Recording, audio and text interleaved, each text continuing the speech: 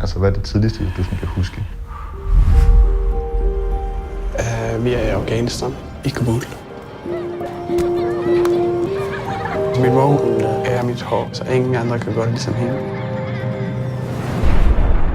Der er nogle ting, som jeg har svært ved at ligesom snakke om. À l'étranger maintenant, Kaboul et les attaques des Moudjahidines qui ont repris dès le départ des troupes soviétiques. Amin! Har du nogensinde fortalt din livshistorie før?